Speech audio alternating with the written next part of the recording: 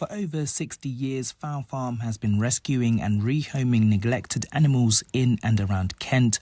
But at the end of next month, it may cost them £12.50 a day to drive their ambulance if the proposed plans go ahead.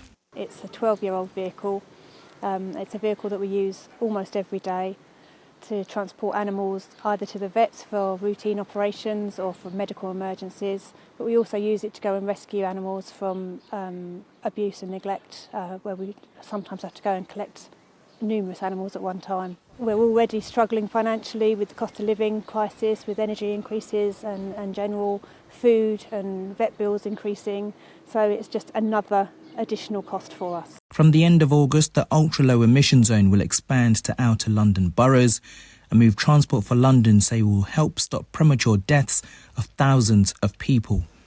However, the plans to expand the Ulez zone are being challenged by 5 councils in court. It's not just about those people that are suffering from it, but it's also about, I guess, even those people that are compliant with their cars.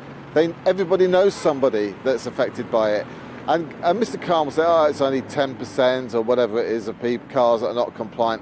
But when you add up 10% of the huge numbers of vehicles in outer London, that adds up to about 500,000 people.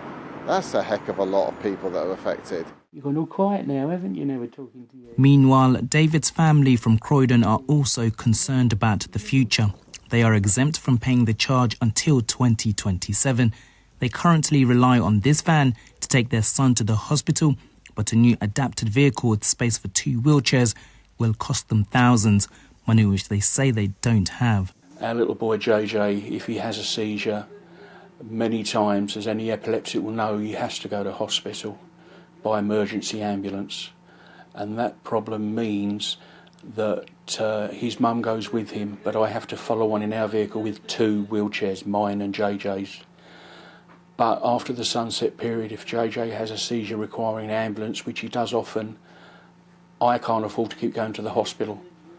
The Mayor of London has said the Ulez decision has been difficult, but with toxic air damaging the health of millions of Londoners, he says the cost of inaction would be simply a far too high price to pay. Theo Chikomba, GB News.